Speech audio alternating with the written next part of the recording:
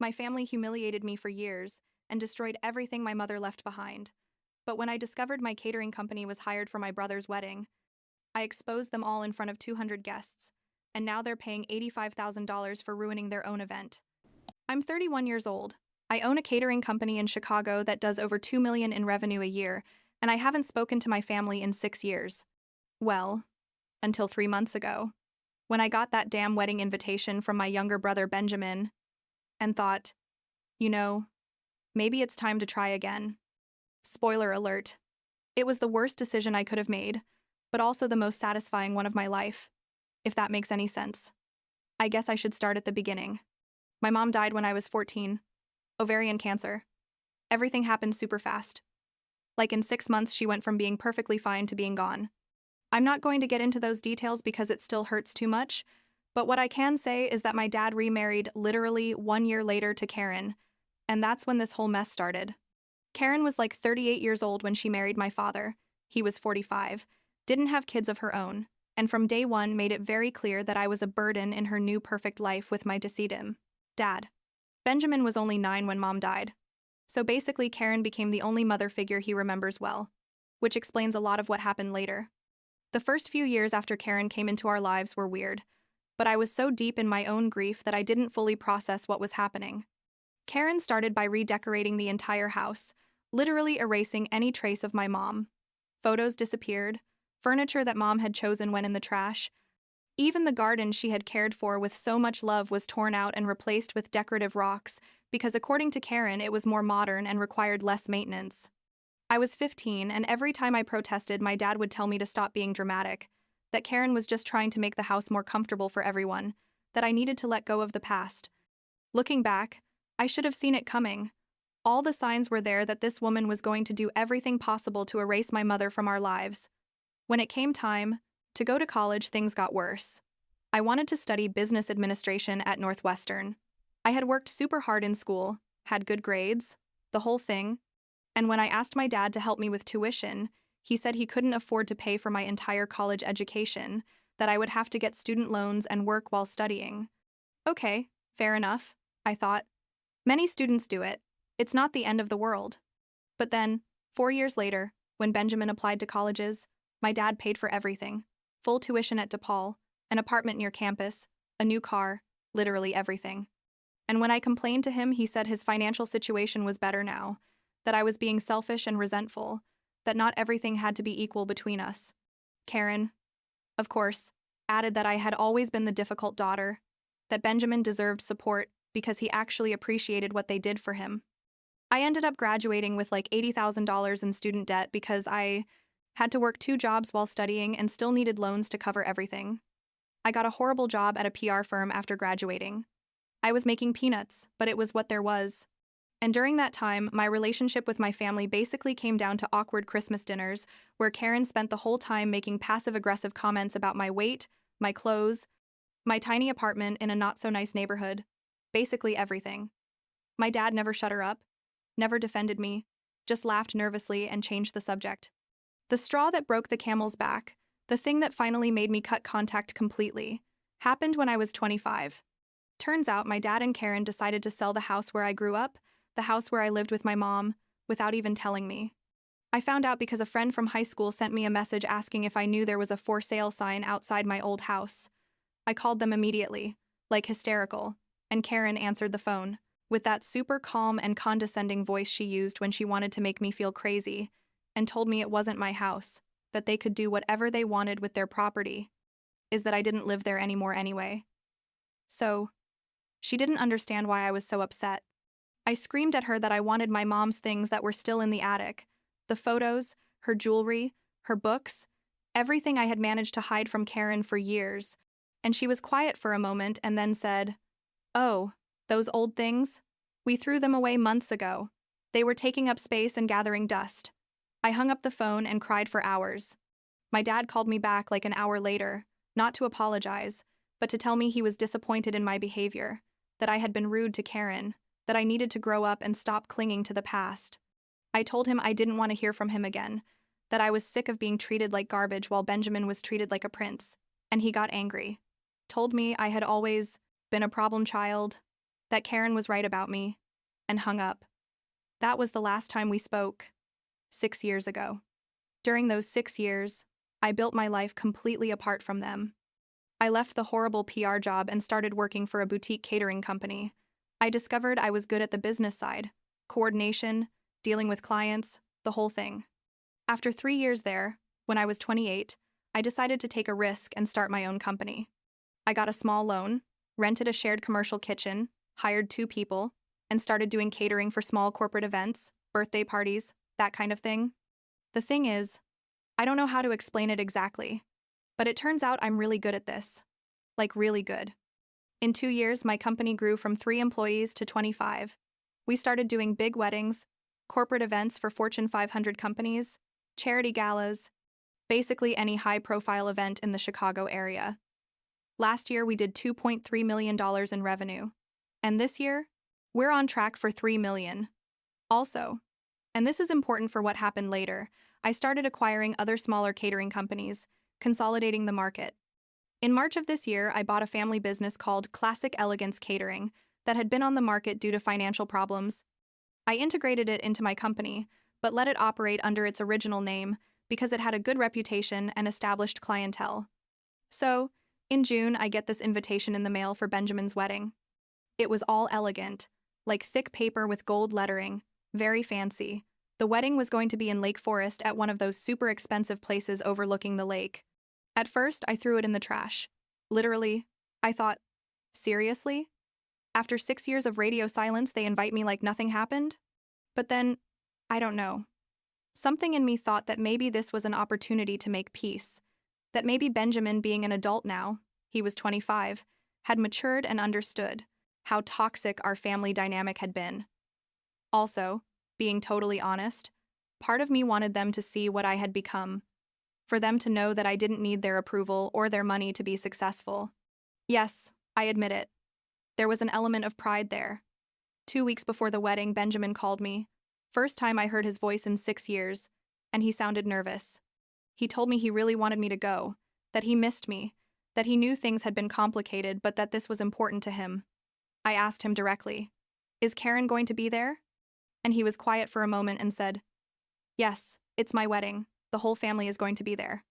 I told him I would go, but that if anyone, literally anyone, started with their shit, I was going to leave immediately. He promised everything would be fine, that he just wanted us all to be together on that special day. I should have known it was too good to be true. I arrived at the wedding on the day of the event. I had rented a beautiful dress, spent like $1,000 getting ready because, again, I wanted to look successful and kind of rub it in their faces a little. The ceremony was fine. I sat in the back, didn't even try to get close to the family, just watched from afar. Benjamin's bride, Ashley, seemed sweet. I had seen her in Facebook photos. Yes. I stalked Benjamin from time to time, even though we weren't talking. She was an elementary school teacher, like the epitome of a good person. The ceremony was nice, traditional, nothing out of the ordinary, and I thought, okay, maybe I can survive this night without drama. The reception started, and that's when I noticed the first sign of trouble. I was looking for my place at the tables, and it turns out they had put me at table 23, literally the farthest from the main table, next to the bathrooms, with people who were clearly distant acquaintances or random coworkers. The immediate family table was at the front. Of course, Karen sitting there like the queen. My dad next to her, several uncles and cousins I hadn't seen in years, all at the VIP tables. I felt that familiar sensation in my chest, that mix of humiliation and rage, but I told myself, whatever. I came here, I'm going to stay 2 hours, say hi to Benjamin, and leave. It's not worth making a scene. The appetizers passed. The first course. Everything normal. Me talking politely with the strangers at my table about the weather and their boring jobs, drinking my glass of wine and counting the minutes until I could leave. Then the toasts started. Several of Benjamin's friends gave nice speeches. Ashley cried a little, all very emotional and typical of weddings. And then my dad got up to give his speech. I should have left at that moment. Seriously. Something in my stomach told me this was going to be bad, but I stayed sitting there like an idiot. My dad started talking about how proud he was of Benjamin, how he had grown up to be such a wonderful man, all the academic and professional. achievements, the typical proud father speech. But then, and I swear I saw Karen whisper something in his ear before this part, he said, Benjamin has always been my easiest son to raise. He never gave me problems, was never selfish or resentful like some children can be. He always knew how to appreciate what his family did for him. And then, literally, he looked directly at me when he said this, not in a subtle way, but in an obvious way where like 50 people followed his gaze to my horrible table next to the bathrooms. I felt my face burning, but I stayed sitting there, frozen. Then Karen got up. Nobody had asked her to give a speech, but she got up anyway with her glass of champagne and said, I want to add that raising Benjamin was a blessing, especially after dealing with, and here she made a dramatic pause, difficult family situations in the past. Some people just have a grateful heart. And Benjamin definitely got that from his father and from me. Half the guests looked confused, but the close family knew exactly what she was referring to. Some even looked at me with that expression of pity mixed with discomfort. I got up from the table. My legs were moving, but I felt like I was on autopilot, and I walked toward the exit of the room. I was about to go out the door when I heard Benjamin calling me. He ran toward me and grabbed my arm, apologizing, saying he didn't know they were going to say that. Please don't leave. I said, Let go of my arm, Benjamin. And he insisted, Please, it's my wedding. Don't let them ruin this. And something in me broke at that moment. All those years of swallowing the shit, of being the problem daughter, the selfish one, the one who didn't appreciate anything, everything exploded. I told him in a low but firm voice, You know what, Benjamin? You're right. I'm not going to let them ruin your wedding. I'm going to ruin it myself. And I went straight to find the catering coordinator. I found the service manager supervising the kitchen and told him, I need to talk to you now. It's urgent. We went out to a private hallway and I asked him, What company do you work for? And he said, Classic Elegance Catering. Why? I felt a smile forming on my face. A smile probably a little manic, if I'm being honest. And I told him, Do you know who I am? No. I'm sorry. He said, Are you from the family? Yes, I said. And I'm also the owner of Classic Elegance Catering. I bought the company 4 months ago. The poor guy's face went pale. He clearly thought he had done something wrong and was about to be fired. I told him, Relax. You didn't do anything wrong. But I need you to do something for me now. I want you to pack up all the food, everything. The main course that hasn't been served yet, the desserts, the wedding cake, everything. Get your team together, and I want you out of this place in the next 30 minutes. He looked at me like I was crazy. Ma'am? I can't do that. We have a contract. There are 300 guests waiting for dinner. I told him, You work for me. Your company is my company, and I'm giving you a direct order. If you don't do it, I'll fire you right now and take the food anyway. He was still hesitating, looking toward the room where you could hear the music and laughter, and then back at me, and finally said, Are you sure about this? They're going to sue us. Let them try, I said. He shook his head, clearly thinking I was completely crazy. And maybe I was. But he went to the kitchen and started giving orders to his team. I went back to the room, stood next to the door watching them all dancing and enjoying themselves. My dad and Karen still at their table laughing about something. Benjamin and Ashley on the dance floor totally oblivious to what was about to happen. It took like 15 minutes, but eventually the catering staff started coming out through the kitchen doors carrying boxes and covered trays, company trucks parked outside receiving all the food. At first nobody noticed anything because they were still in the drinks and dancing phase after the toasts. But eventually the venue coordinator noticed and panicked, ran toward me because I was obviously supervising the operation from the entrance, and asked me what the hell was happening. I explained the situation, that I was the owner of the catering and was withdrawing my services. He started screaming that this was unacceptable, that they had a contract, and I told him very calmly that any claims could be directed to my lawyers. By the time they finished packing everything and the last truck left, people at the reception were starting to realize something was very wrong. The DJ stopped playing music because the venue coordinator asked him to stop. The lights came on fully, and Benjamin ran toward me, his eyes red, screaming at me. What did you do? What did you do? I told him. You invited me to your wedding. You sat me at the farthest table possible. You let Dad and Karen publicly humiliate me in front of 300 people. And You're surprised I have a reaction? All I did was withdraw my food from my company. You guys can figure out what to do to feed your guests. My dad and Karen came running, Dad screaming that I was a psychopath, that he was going to sue us for every penny, that he was going to ruin my business. Karen, always the dramatic one, was crying fake tears, obviously saying, "How could I be so cruel to my own brother on his special day?" I told them, "You guys spent 6 years erasing me from your lives, threw away my mom's things like they were trash, treated me like shit for years while spoiling Benjamin, and now you want to play happy family? Fuck you both." And I left, just like that, leaving them there in that room with 300 hungry and confused guests, a wedding cake that no longer existed, and a main course that was never going to arrive. I drove back to my apartment in Chicago with my hands shaking on the steering wheel, half laughing, half crying, not knowing if what I had just done was the most empowering or the most horrible thing I had ever done in my life. I got home, took off that $1,000 dress, put on sweatpants, and poured myself a giant glass of whiskey, and sat on my couch waiting for the consequences I knew would come. The consequences came fast. The next morning I had like 47 missed calls, dozens of text messages and emails, most from my dad and Karen threatening me with lawsuits, some from family members who were at the wedding telling me I had crossed the line, some even from Benjamin's friends who somehow got my number. I ignored them all. 3 days later, I received an official letter from a lawyer representing my dad and Karen, suing me for $150,000 in damages, alleging breach of contract, emotional distress, and I don't know what other legal bullshit. I immediately hired my own lawyers, gave them all the details of what happened, and they basically said my dad and Karen didn't have a real case because the contract was between the catering company and them as clients, and I, as owner of the company, had the right to withdraw services, especially considering that full payment hadn't been made yet. Turns out they had only paid the 50% deposit. About 2 months of lawyer letters going back and forth passed, threats, counter-threats, the whole legal circus. Eventually, we reached a settlement. I returned the 50% deposit they had paid, like $8,000.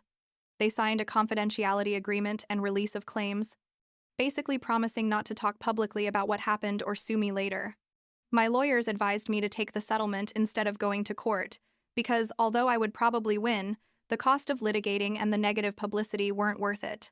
Fine, whatever. I just wanted this to end. But Karen, because of course Karen couldn't just let it go, started a smear campaign on social media and with mutual acquaintances. She couldn't talk directly about the wedding because of the confidentiality agreement, but she started contacting my clients, other business owners in the industry, telling them I was unstable, unprofessional, that I couldn't be trusted. She even tried to contact some of my employees trying to get inside information about the company. One of my managers told me that Karen had called her asking about my mental health and if I treated employees badly. I sent a cease and desist letter through my lawyers, threatening to sue her for defamation if she continued, and eventually she stopped, but the damage was already done in some circles. The funny thing, and when I say funny I mean ironic, is that this whole situation ended up being good publicity for my business. Not the specific wedding drama because nobody knew the exact details, but people in the industry started hearing rumors that I had defended my company in a difficult situation with problematic clients, and several suppliers and other business owners contacted me to tell me they respected that I had established firm boundaries. I ended up gaining 3 big clients that quarter, companies that specifically mentioned they liked working with someone who didn't let themselves get walked over. Who would have thought? Benjamin tried to contact me several times after the legal case was resolved. At first I ignored him, but like in the 3rd month I finally agreed to meet him for coffee at a neutral place. He looked terrible. Honestly, like he hadn't slept well in weeks, and he told me his marriage was in trouble because Ashley was furious about how his family had treated me and was demanding that he confront Dad and Karen. He told me he hadn't realized how badly they had treated me all those years, that he had been in his favorite son bubble and had never questioned the narrative that I was the problem daughter. He apologized to me, cried a little. It was awkward but seemed genuine.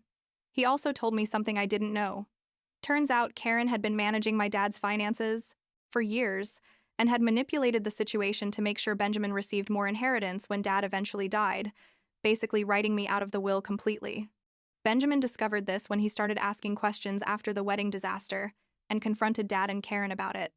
Dad, of course, defended Karen. said I didn't deserve anything after what I did. Benjamin was considering distancing himself from them too, which was ironic considering I had been the family villain for years. I told him I appreciated his apology, but that I needed time to process everything. I wasn't going to forgive him immediately just because he finally opened his eyes. He understood, said he and Ashley were going to couples therapy to deal with all this, and that they were thinking about buying a new condo away from Karen's influence. Turns out the place where they lived had been gotten by Karen, with her realtor friend, another way to maintain control. He wished me the best and left. And I haven't heard much from him since then beyond occasional text messages. Last week, I found out that Benjamin and Ashley are planning a vow renewal ceremony, like a small intimate wedding with just close friends and no toxic family. Basically, a do-over of the disastrous wedding. And they sent me an invitation, but I still haven't decided if I'm going to go. Part of me wants to support Benjamin in his attempt to make things right, but another part of me is exhausted from all the drama and just wants to move on with my life. My company is better than ever, by the way.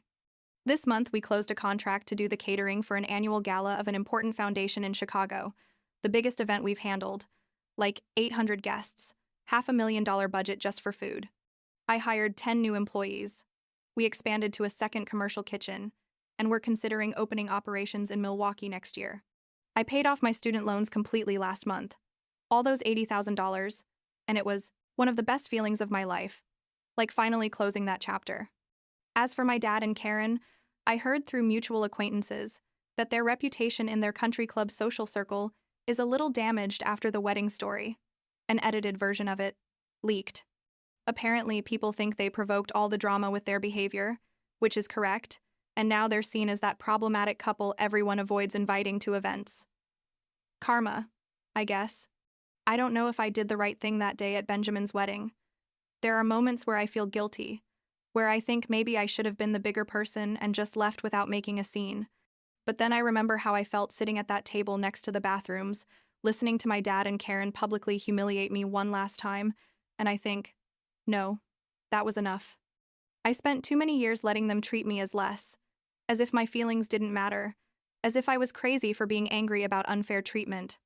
For once on my life, I set my boundaries in the most dramatic way possible. And although it was nuclear, it was necessary. I still miss my mom every day. I think about how things would be if she were still alive, if Karen had never come into our lives, if my dad had been strong enough not to let another woman erase the memory of his first wife. I don't have photos of her because Karen threw everything away. But I close my eyes and I can still remember her laugh, how her perfume smelled, how she hugged me when I had a bad day at school. I built everything I have now, thinking about her, about making her feel proud, about being the kind of strong woman she wanted me to be. I think she would have approved, even the wedding drama, because she also had a fierce side when someone hurt the people she loved. So here I am, 31 years old, with no real biological family that I care about, but with a successful business, employees who respect me, and the satisfaction of knowing I finally stood up for myself after years of being walked over. I don't know if I'll ever have a normal relationship with Benjamin, if Dad will ever realize how Karen manipulated him to destroy our family, if Karen will ever face real consequences for being a horrible person. But honestly, it's not my problem anymore. I'm not waiting for validation or apologies from people who showed me over and over again that they don't care about me. I'm building my own life, on my own terms, and that's enough for now.